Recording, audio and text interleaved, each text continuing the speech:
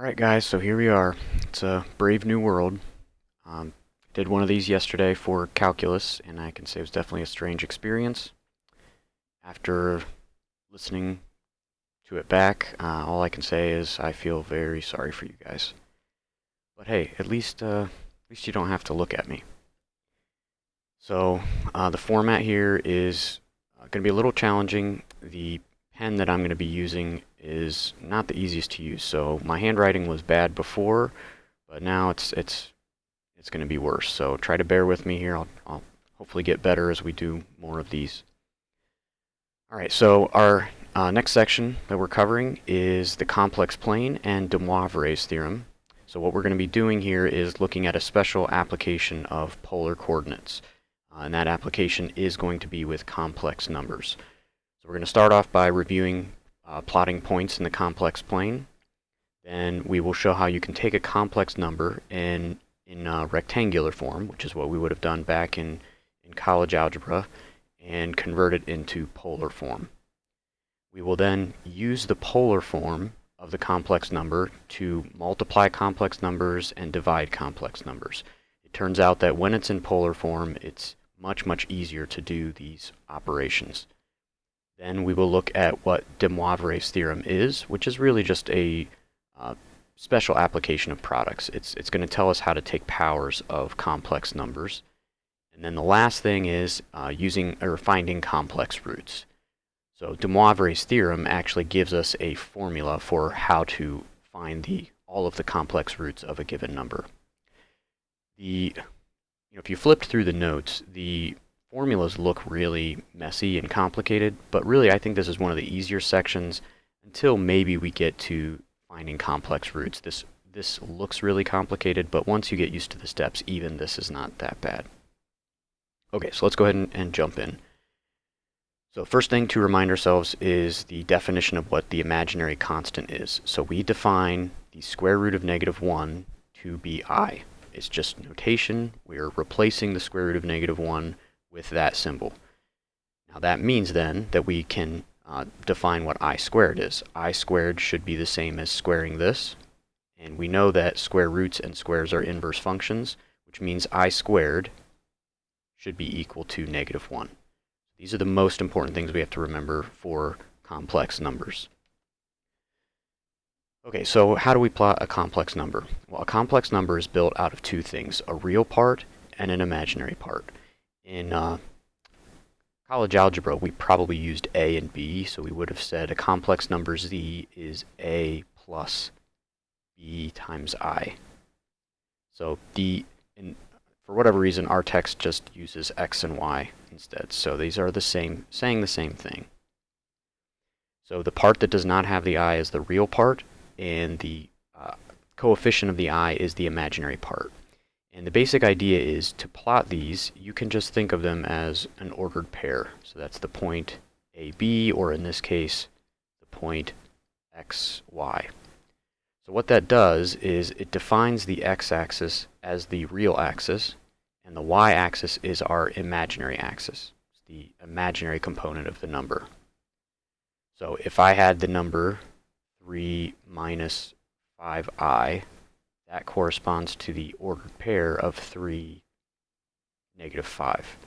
So I would go over to wherever 3 units are on the x, or the real axis, and down to -5, which is probably more down here.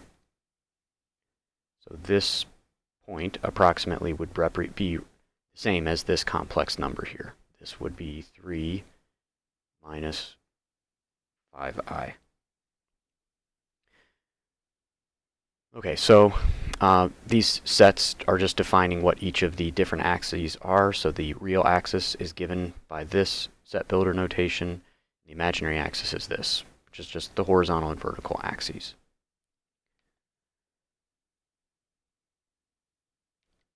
Okay, so let's try plotting ones in a complex number in the complex plane. So we have the complex number, square root of 3 minus I. So the first thing that we would want to do is try to recognize this as being in the form x plus y times I. So in this case, the x would be the radical 3. So let's actually just write that. So x is square root of 3. And the y is going to be the coefficient of this, which would be negative 1. So this is going to correspond to the point square root of 3, negative 1. And to plot that, we're going to need to approximate square root of 3, which is about 1.73. All we have to do is plot that ordered pair. Go over about wherever you say 1.73 is and go down to negative 1. So we'll say roughly here. This would be the approximate location of the square root of 3 minus I. And that's all there is to that. It's really just plotting points. Okay, now one of the important concepts for any complex number is the idea of its magnitude or its modulus. So if you take a complex number, x plus yi, and plot it, then there is a distance that point is from the origin. So we call that the modulus. To find the formula, you just do Pythagorean theorem. Right? Those rectangular coordinates would give you a horizontal distance, a vertical distance, and this makes a nice little right triangle. So if we did x squared plus y squared, that would be equal to z squared. If you took the square root of that, then you get the length of this hypotenuse, and that is what we define the modulus to be. And you notice we use absolute value notation, mainly because absolute value is defined to be distance from 0. So this is like the absolute value of a complex number. And it is actually consistent with points on the real axis. Okay, so the next thing that we use for complex numbers are complex conjugates. So the complex conjugates, denoted by z bar, of a complex number x plus yi is simply the complex number x minus yi. So all you do is you take the opposite of the imaginary part. So for example, if we did 3 plus 4i, and I want the conjugate of that, the conjugate is just 3 minus 4i. Another example, if I do negative 2 minus 5i, and I want the conjugate of that, you do not change the real part. Notice up here, real part stayed the same. Only the imaginary part do you take the opposite of. So in this case, since it's already negative, we make it positive. So that's all there is to conjugates. Now, one formula that can be helpful sometimes is you can define the modulus in terms of the conjugate. If you take a complex number, you multiply it by its conjugate and take the square root of it, that is equal to the modulus. Remember before, we said that the modulus is equal to the square root of the real part squared plus the imaginary part squared. So you can quickly prove that over here. So if you define z to be this complex number, this would be its conjugate here. If you FOIL this, then you get this expression here. Notice that the outer and the inner terms cancel. These are just opposites of each other. On the last term, when you multiply these two together, you have an I squared. That I squared is actually negative 1, as we said at the beginning of the notes, which would cancel this and make that a positive. So you get to this expression, which is exactly what we defined the modulus to be. So we won't use that expression a lot, but you may see it pop up here and there. Okay, so how does this relate to polar coordinates? Well, since complex numbers can be represented using rectangular coordinates, and we know rectangular coordinates can be represented using these polar coordinates, we can make a similar representation for complex numbers in polar form.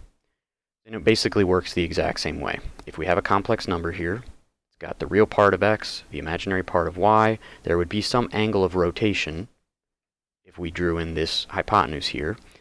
And we know that if we did, just like before, if I take cosine of theta in that picture, that's going to be the adjacent side divided by the hypotenuse. And if we solve that for x, you get x equals r cosine theta. Similarly, if we do sine of theta, that's going to be y over the radius,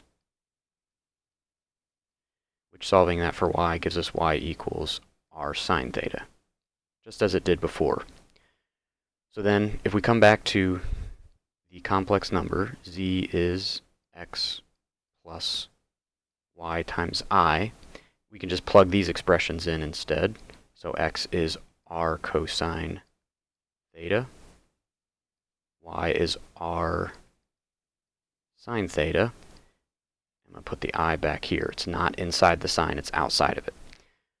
But notice each term has an r, so we could pull that out, which would then just leave us with cosine theta, and then we'll put the I back in front of the sign. So this is what we call the polar form for a complex number. It really is the same thing that we did back with polar coordinates. It has the angle of rotation, and it has the radius that reaches the point. In this case, the radius is actually the modulus of the number. So one other way we could write this, we won't do this very often, but you could just put the modulus out in front. Yeah, this is a little rough here. All right, so that is equivalent to what you see here. All right, so this is just restating that. It's actually writing the workout for us again. One of the things that our book does that I disagree with, but we're going to have to live with it for now, is that the theta, which is called the argument of the complex number, they want it always to be between 0 and 2 pi. And there is no really good reason for that. You can have the argument being any angle, you could have it being a negative angle, but for our book, they want it to be between 0 and 2 pi. So that's something to always just keep in mind if you're having trouble in Math Excel. If it's not accepting the answer, maybe you need to rewrite it so it's between 0 and 2 pi. Okay, and then this next computation is just showing that indeed the modulus is the same as the radius. They should be obvious that they're the same, but by just changing over to the polar form, when you take the square root and you apply it to each of these, the square root cancels the square on the r. And we know cosine squared plus sine squared theta is equal to 1, so you do just get a single r out of that. So this is just verifying that modulus is the radius.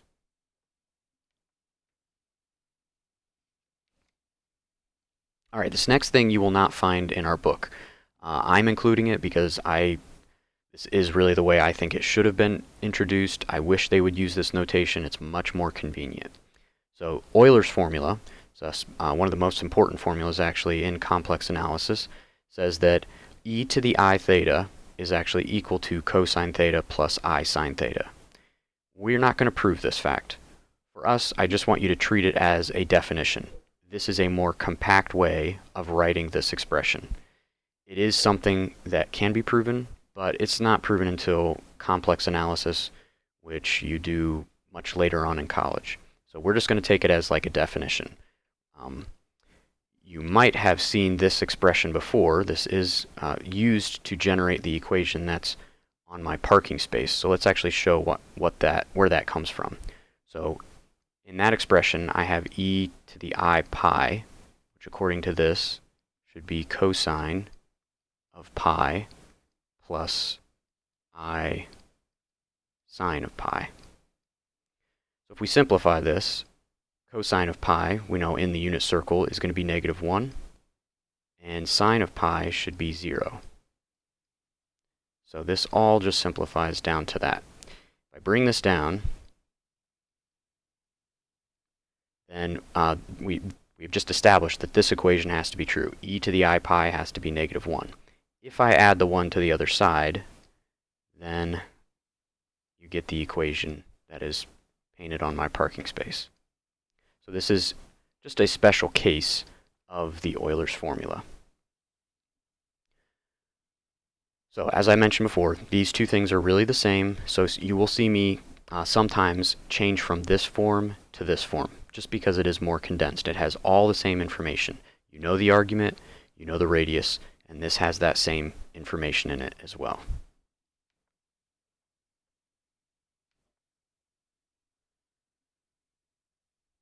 Okay, so let's take a complex number and write it in polar form.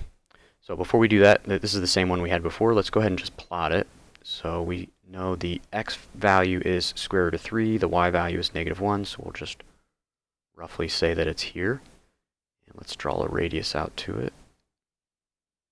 And just drop this down. So we know that this side here is square root of 3, and this is -1. Okay, so the first thing that we need to do is we need to find the angle here. Now we're going to find the angle as a negative angle, but then we will have to convert it just to make it coincide with the way our book wants us to do it. So this is our theta. Before we get theta, let's find the radius. So we know that radius is equal to the square root of x squared plus y squared. So for us, the x is square root of 3, and the y is -1. All right, so if we simplify that, that is the square root of 3 plus 1, which is the square root of 4. So we just get 2. All right, so our radius is 2. All right, now we can use, since we have all the sides in the triangle, we can use any pair of them to actually find the angle. I do actually think it's easiest to use sine or cosine. So just looking at an equation here, we know sine theta, if I took sine of that angle, would be the y value divided by the hypotenuse. So that would be -1/2. So we need to solve that problem specifically in quadrant 4. This equation actually has multiple solutions, but we only need to solve it in quadrant 4. Well, I mean, this should be pretty obvious to us. This is coming from a special right triangle. If the y value is -1/2, then we should be able to visualize that this angle is really -pi/6.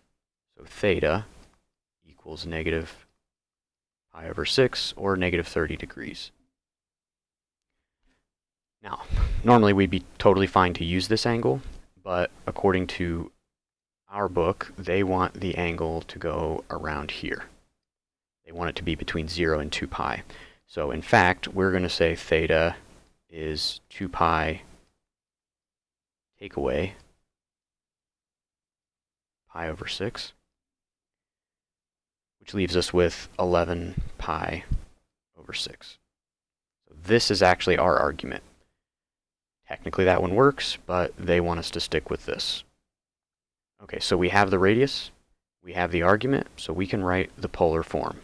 So remember, in general, the polar form will be z equals r times cosine of theta plus I sine of theta. All right, so that gives us 2 times cosine of 11 pi/6 plus I sine of 11 pi/6. Okay, and you leave it like this. It feels weird to do this. You look at it and say, well, I know how to simplify that. Sure, you do. If you simplify these, though, and you distribute the 2 back through, it will take you back to this form, which is not what we want. So this is the polar form. This is the answer. Now, if we use my form that says that this is equal to r e to the I theta, then we could have just written this as 2 e to the I times 11 pi/6. And that would be our answer there. So it'd be nice if they would let us do this, but I don't think the Math Excel won't accept this.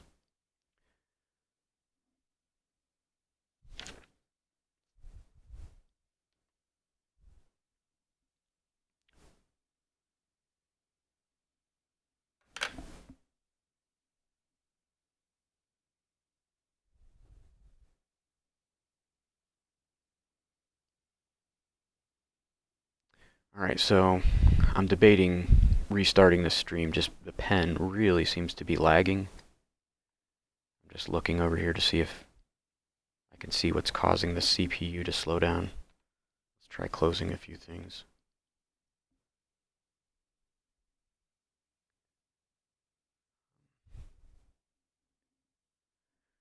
Okay, we're going to keep going because I really don't want to start this over.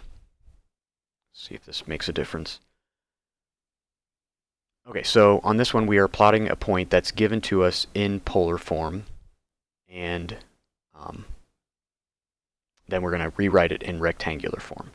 So what we know right away at the beginning of this problem is we know the radius of the number is 2, and we know the argument is 30 degrees. So we could get a rough approximation for the graph. We know that it's going to be somewhere over here because the argument is 30 degrees, but I think it's actually easier if we just go ahead and put it in rectangular form first. So to do that, all we have to do is evaluate the trig ratios and then distribute. So if you have a 30-degree angle, visualize a 30-degree angle here. The cosine of 30 degrees, we should know, is radical 3 over 2. All right, sine of the 30 degrees, again, same angle, is going to be roughly 1/2, so it would be I times 1/2. And then we just need to distribute the 2 through. So this gives us radical 3 plus I. Basically the same point that we had before. So the x-coordinate is going to be roughly radical 3, which would be approximately here. Remember, that's about 1.7 something. So roughly here, and then go up to 1. So that would be the point that we have here. That is radical 3 plus I. If we drew this in, the angle here should be 30 degrees, and the radius should be 2. So again, it's coming from a 30, 60, 90. You're going to see those repeat a lot throughout this section. Okay, so let's move on to multiplying and dividing complex numbers. So we did this back in Algebra 1, Algebra 2, and we also did it in college algebra, whichever of those courses that you took.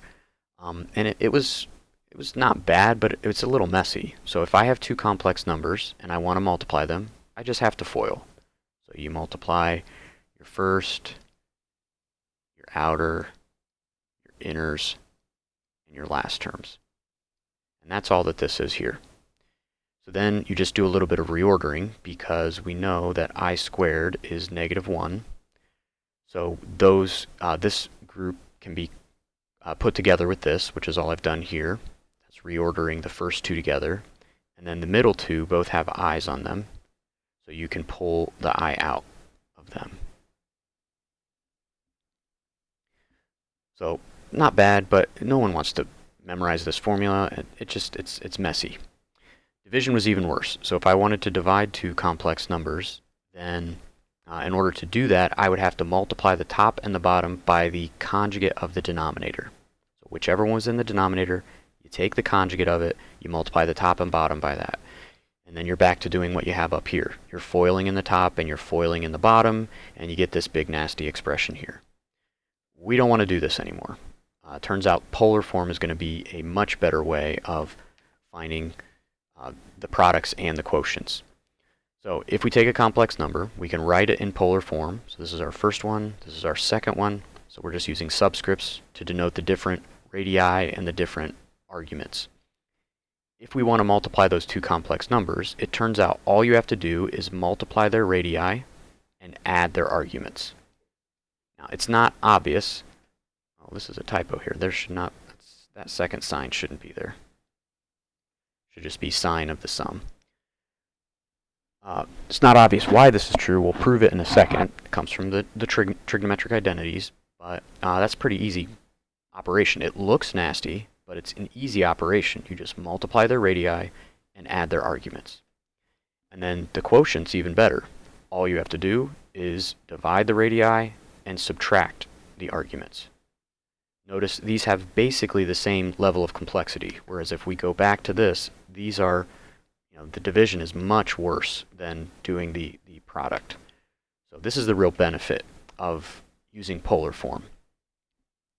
If we use Euler's representation for complex numbers, the formulas become obvious why they should be true. So I've just rewritten the same point using Euler formula in both of these, and now we just do exponent properties. We have the same base, so when you have the same base and you're multiplying the terms, you simply add the exponents, which illustrates why we would add the arguments. Also, we just multiply the radii since they're just coefficients here.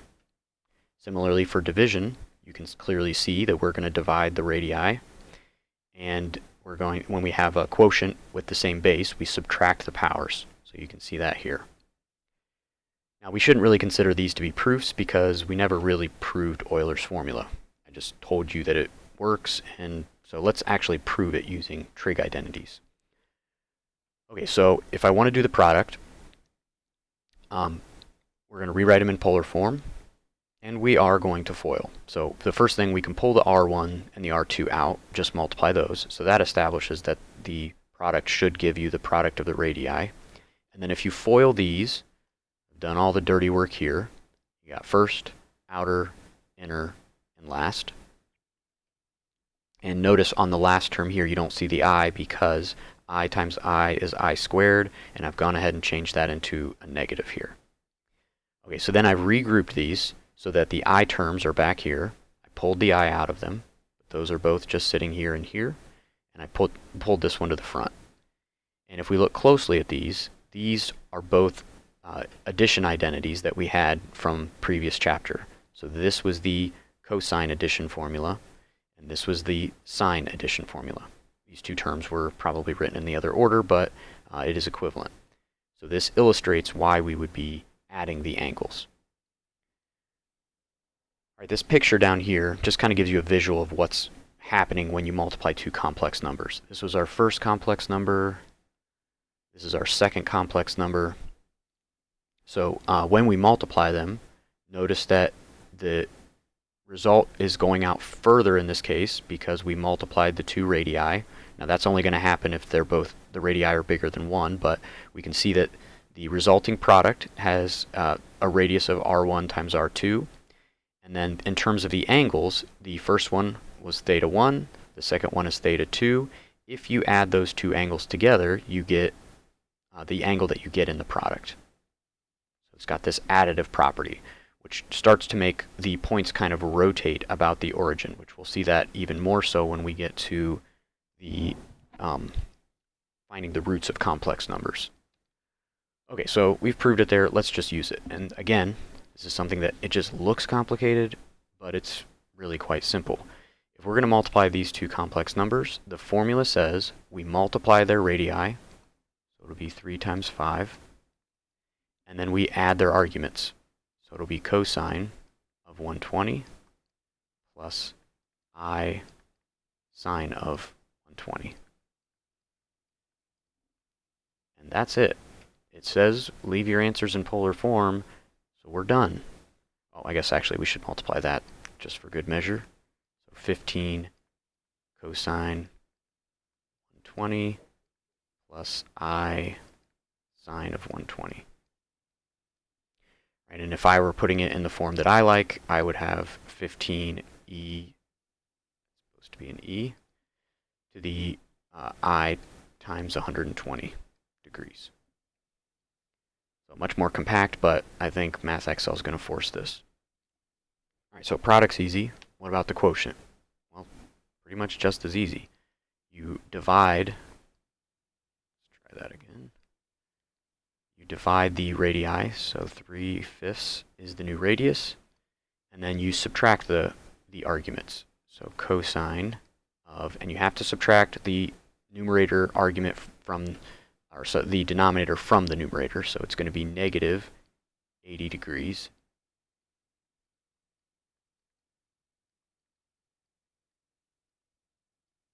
Now, one mistake that people will make here is they'll try to apply properties of even and odd, so they'll try to just cancel this out and pull this one out in front. Don't do that. You want to leave it in this form, but the one thing we do want to do is we want to convert this to be between 0 and 2 pi. So if we have our angle being negative 80 degrees, we want to come around this direction. And that angle is going to be 2 pi minus 8. Sorry, not 2 pi. 360 minus 80. Which is where we get 280 from. So this comes out to 3/5 cosine of 280 degrees plus, forgot my I sine 280. And that's it. That's polar form. You don't do anything more. You don't change these to decimals. You just leave it like this. So pretty easy. All right, so this takes us up to DeMoivre's theorem. And this will look nasty, but again, it is just an application of the previous property. So what we're going to do is we're going to look at, we have a complex number here, and we're going to raise it to different powers. We're going to square it, cube it, raise it to the 4th power, and look for a pattern. So we know that z squared just means z times z, and according to the formula we just went through, that formula says you should multiply the radii together. Well, it's the same radius, so it'll be r times r, and you should add their arguments. Well, they both have an argument of theta, so it'll be theta plus theta, in other words, 2 theta in each of those spaces. Okay, so notice that it seems to be nice here that this power is 2, and the coefficient of the argument is 2. Well, maybe that was just a coincidence. If we try cubing, we're going to end up seeing the same exact thing. So you could split it up as z squared times z. Here's z squared, we just found that above. Multiply it by z, and again go through the same argument. Radius times radius, that's radius cubed. And then add the arguments, you're going to get a 3 theta for the argument. So once again, it works. The power on the radius is the power that we were raising the complex number to, and the coefficient of the argument is the same as the power as well. And we can keep going, but hopefully it's pretty obvious that that is going to keep working.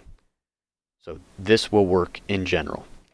Over the table over here on the right is just illustrating how you would show it with Euler's formula, and again, it's just power rules. So when you have power raised to a power, you multiply the powers. So you immediately get that. We apply the power to the r, get r squared, and then multiply the powers here to get 2 theta. So as with all of them, it's just much quicker to show these properties in Euler's formula, much more condensed. Okay, so if we generalize this, what we have found is if you take the nth power of a complex number, all you have to do is take the nth power of the radius and then multiply the argument by n. So let's try doing that down here. So we're already given the complex number in polar form. So all we have to do is apply this, which says we're going to cube the 2. That's our new radius. And then we multiply the argument by the power. So it'll be cosine of 60 plus I sine of 60. Okay, now we can go ahead and cube the 2, so that's 8.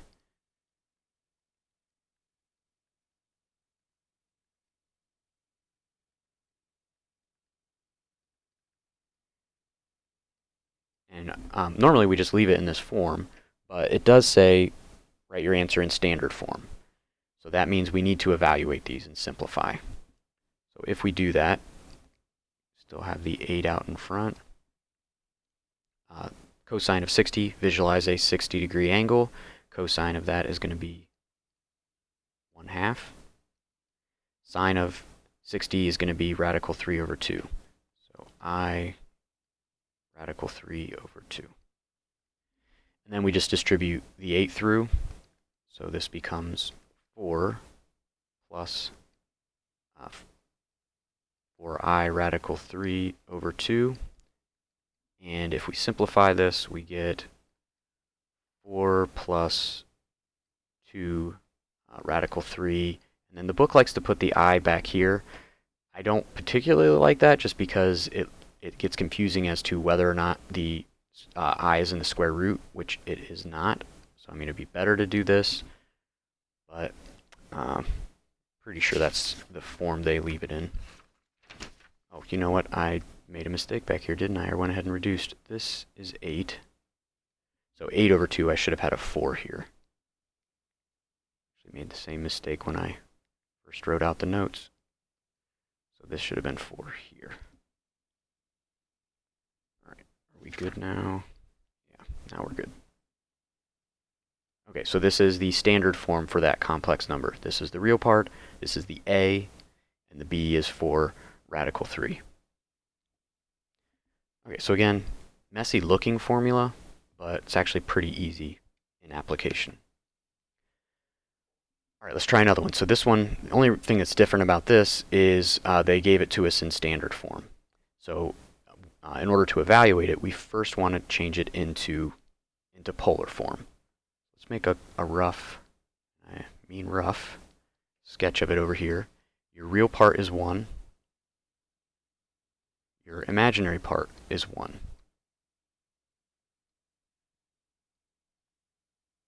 So each side is 1. So obviously the angle here would have to be pi over 4. Right? The argument is pi over 4 or 45 degrees. You can use whichever one you want. And the radius is going to be the square root of 2. Okay, so just by writing it in that form, 1 plus I is equal to the square root of 2 times cosine of pi over 4 plus I sine of pi over 4. So if we want to raise this to the 5th power, that is the same as raising this to the 5th power. And what DeMoivre's theorem tells us is we can just apply the power to the radius. We have square root of 5, square root of 2 to the 5th power. And then we multiply the power by the argument. You do not raise the argument to the power, you multiply them. So this will be cosine of 5 pi over 4 plus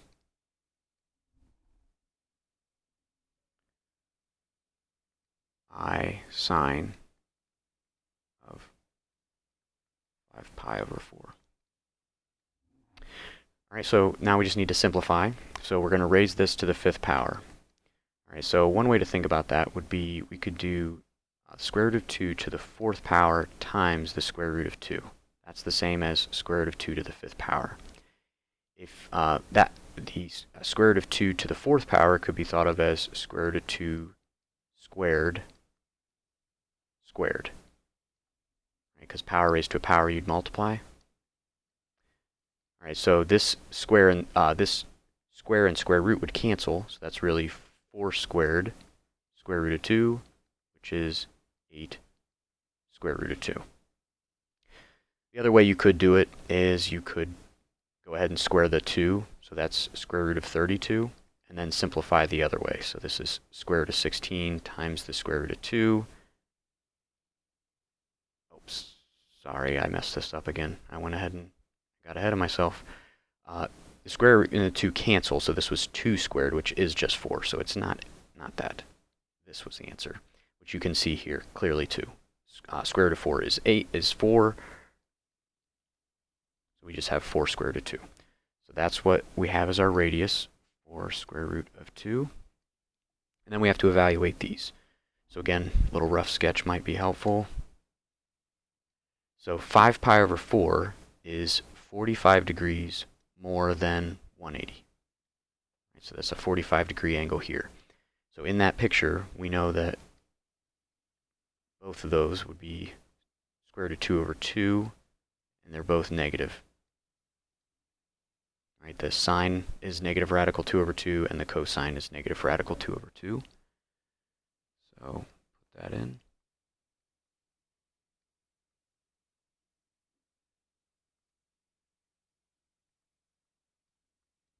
Okay, so just replaced each of these by negative radical 2 over 2. Now distribute. So we will have negative, getting lag again.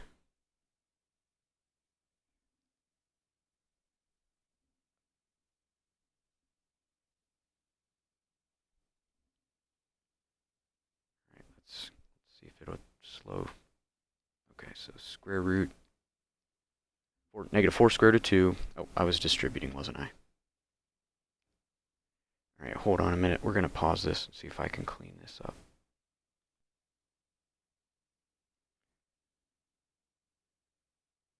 Okay, hopefully that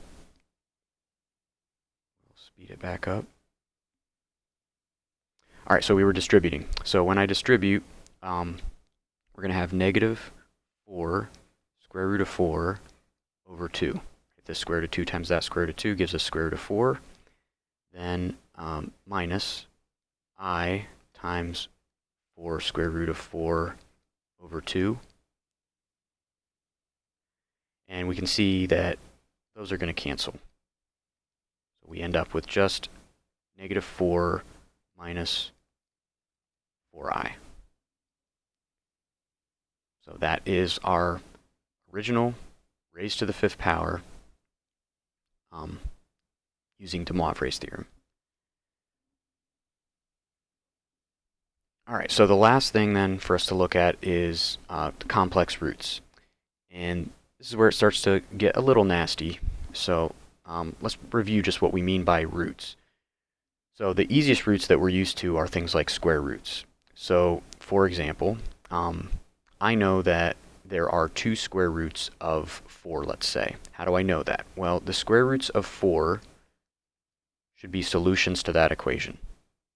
Right? To be a square root of 4, you have to be a solution to that equation. Well, we know to solve this equation, you take square root of both sides. You get z is equal to plus or minus the square root of 4. Because anytime you take the square root of something squared, you get 2 roots, plus or minus. So in this case, plus or minus 2. So no problem there. We can also do it with negative numbers. If z squared equals negative 3. So what I'm looking for is the square roots of negative 3. There are 2 of these as well. It would be plus or minus square root of negative 3. Well, we're taking a square root of a negative, so this could be pulled out as an I. Those would be the 2 square roots of negative 3. So it turns out that whatever root you're trying to find, whether it's square roots, or cube roots, or 4th roots, there are as many roots as the index of your root. So for example, if I tried to solve this equation, z cubed equals 8. Well, we would all say, we'll take the cube root of both sides. So we would say z is equal to cube root of 8, and we get 2. And we would just say we're done. That's it. That's not true, though. There are actually 2 more cube roots of 8. They're just not pretty. They will be complex numbers. And up to this point, we had no good way of finding those complex numbers. But now, using DeMoivre's theorem, we can actually find all of the cube roots of 2. Okay, so I kind of walked through this a little bit here. The pictures are going to look complicated. Don't read too much into the pictures. I'm just using them as a visual aid. So the first couple kind of are repeats of what we've already said. So the square roots of 1, meaning the solutions to z squared equals 1, are 1 and negative 1. So just using the same argument that I have above, z would be equal to plus or minus the square root of 1. Square root of 1 is 1, so plus or minus 1. So 1 and negative 1 are the square roots of the number 1. Now, one thing I want to highlight here, I've graphed them in the complex plane, and you can see there's some symmetry here. They're on opposite sides of the origin here. The angle between them is 180 degrees. Nice symmetric picture there. If we look at the square roots of negative 1, so again, solutions to z squared equals negative 1, we would take square root of both sides. Well, we know that that's really plus or minus I. So I've plotted those. So again, you see the same type of symmetry, meaning that the angle between the roots is 180. It's a circle divided in 2 because we're doing square roots. And we're going to see that this symmetry exists no matter what type of root you're doing. So now let's get more complicated. And I'm not showing you how I found these. I just want you to be convinced that they actually work. So for this one, we're trying to find the cube roots of 1. So in other words, I'm really trying to solve z cubed equals 1. Now, obviously, we can find one of them by just taking the cube root of both sides. Z would equal the cube root of 1, which we would say is 1. But there are actually 2 more. And the other 2 are these complex numbers that you see here. In your notes, the ones I printed, I noticed there was a typo. I forgot the i's in here. So you need to stick those i's back in there, otherwise it's not a true statement. So we have the original one. This was the first root, which is just 1. And then the other 2 complex ones. And the thing to notice here is the angles between them. Each one is an angle of 120 degrees between the other ones. So the idea is it's a circle divided by 3. Just like the other ones were a circle divided in 2. They were square roots, and cube roots, we have to take the circle and divide it 3 times. So if you want to verify that these are actually cube roots, then all you have to do is cube them. You do this in your graphing calculator. You've got an I button on your calculator, so just type this expression in and cube it. Let me actually show you that. I think this is what is slowing my computer down, so I'll have to close it again. But I know a few of you may not have seen these complex numbers in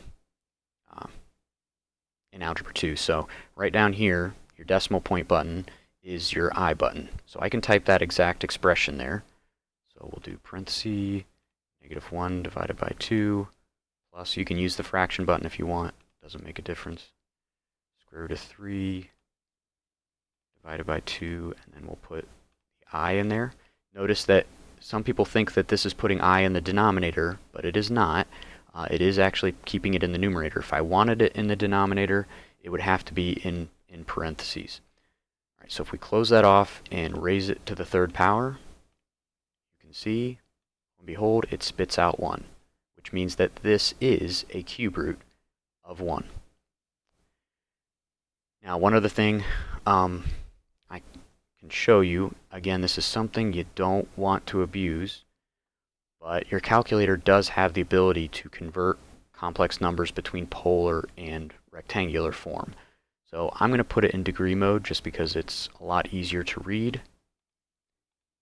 And if you notice down here, we've got real, we've got the imaginary mode, but we also have the polar mode. And notice that it uses my form for a polar number, or for a complex number, I should say. So if we change it into that, then let's go back to this number, and I'm going to delete that, and I just want to convert this into polar form. So then you go to Math, and you come over here to Complex. You have lots of different options here in Complex. You've got Conjugate. It can identify the real part and the imaginary part. Angle identifies the modulus of a complex number. Absolute value, angle identifies the argument, and the absolute value is the modulus of the number. But we wanted to convert it into polar form. So hit enter on that, and you can see what it's telling us is the radius is 1, and the argument is 120 degrees. So again, very powerful, but please try not to use this on the homework for now. You want to try to get used to the formulas. Okay, so again, the idea, this is written out in general. What we're actually seeing from those examples is that if you have a complex number, so on this one, our original number is down here. The first thing that we do to that complex number is we take its radius and we take the nth root of its radius.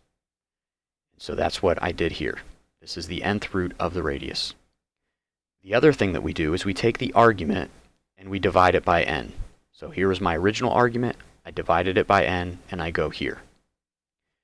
After that, we take the circle, the whole full circle, 360 degrees, or 2 pi, and divide it n times, because we need to break it down into equal pieces. Like what we did with the cube roots, we divided it into 3 pieces. And then we just keep adding that angle to get to all of our other roots. So that's the basic process that happened. It's not obvious, But that is what happened in the example down here. The first thing that we did, this was our original number was 1. We took the cube root of the radius. Well, the cube root of the radius is 1, so it didn't change. Then we took the argument, which was 0, and we divided it by n. Well, that's still an argument of 0. Then we took the circle and divided it into 3 equal angles, which is 120. Each one's going to be 120, and we just keep adding that angle to this number here. Boom, gives us all 3 of them. So that is the basic process. Okay, so I've written, all of those steps are really part of this formula here, but it's kind of hard to see it. So I've written them out in more detail. This was not printed out in your notes. So if you want, you could add it, but it's the same process that I just went through. So let's try it over. Oh, this is the proof. I'll let you read through that when you get bored. It is quite easy. It is just using DeMoivre's theorem. We simply take this messy expression, we raise it to the nth power, and simplify it using DeMoivre's theorem, and it turns out to be equal to the number that we wanted it to be. Okay, so let's try applying this. Okay, so our complex number is -1 minus radical 3 times I. And again, I don't like the way this is typed. That I is not under the square root. It is outside. I would prefer to keep it in front, but I used the same typesetting that was in the book. First thing we need to do is put it in polar form. So to do that, we need the radius. The radius is the, hold on, let's close this before this starts slowing down on me. All right, the radius is the square root of x squared plus y squared. So for this problem, that is -1 squared plus square root of 3 squared, which is 1 plus 3 under the square root. So we get 2. Radius is 2. All right, then if I make a rough sketch of this, which I kind of already have to the left there, or to the right, but we know that the x is -1. We'll just say this is our x, and the y is radical 3. So we're roughly up here. All right, so this is radical 3, this is -1, and that is 2. The angle that we're looking for is this angle here. That's what theta is. But let's start by finding the reference angle. So again, we can use sine here. You can use any of them, but sine theta is going to be the y value over the radius. So radical 3 over 2. But notice that we are in quadrant 2. There are technically 2 solutions to that, but we're only in quadrant 2. So this reference angle, we can see we are in a 30, 60, 90 from this, and the reference angle would have to be 60 degrees. So, but we don't want the reference angle of 60. I'm going to go ahead and put it in here. We want this angle. And so the theta that we want, since we're in quadrant 2, is 120. And you can use radians if you wanted, but I think degrees will be easier on this one. So again, reference angle was 60, but the argument is the angle that rotates to that, not the reference angle. So this is 120. Okay. So we have all the pieces that we need here. We could write this in polar form. Maybe I'll just do that. So our original number in polar form is 2 times cosine of 120 plus I sine of 120. It's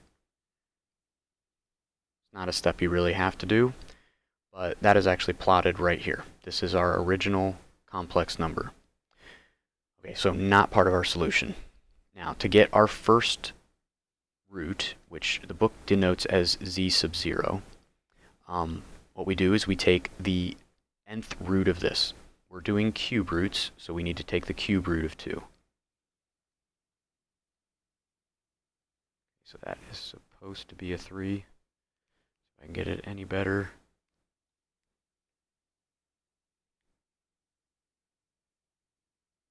Okay, so cube root of that. Then we take the angle the argument that's here, and we divide it by 3 as well. That's what this step is saying. Find the argument. We did it. That was 120. Divide it by n. N in this case is 3 because we're doing cube roots. So we've got cosine of, divide that argument by 3. We get 40 degrees for that, plus I sine of 40.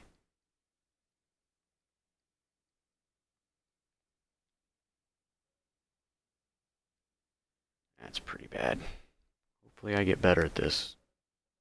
Can't tell if it's just me or if it is the computer as well. Okay, so this is our first cube root, and you can see it's graphed over here. Argument is 40 degrees, radius is the cube root. I've just written it in the more compact Euler form. Okay, so then to get to the next one, there are 2 more to find.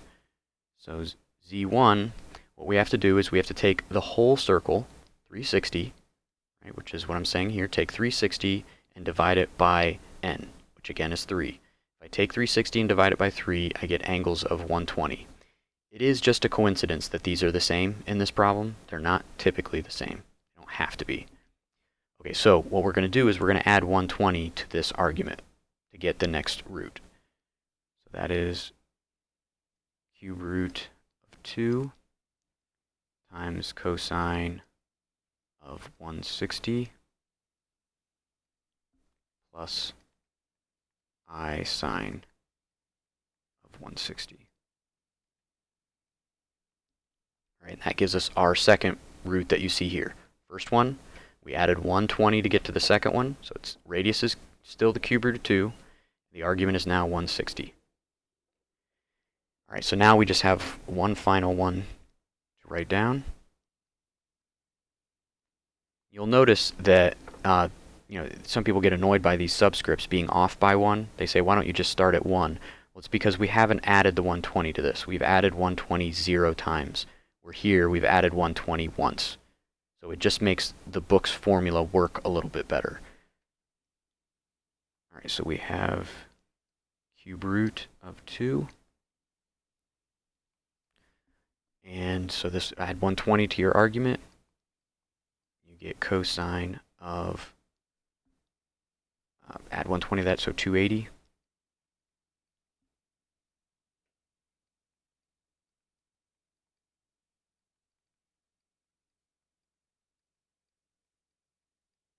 And that's it. Those are your 3 cube roots.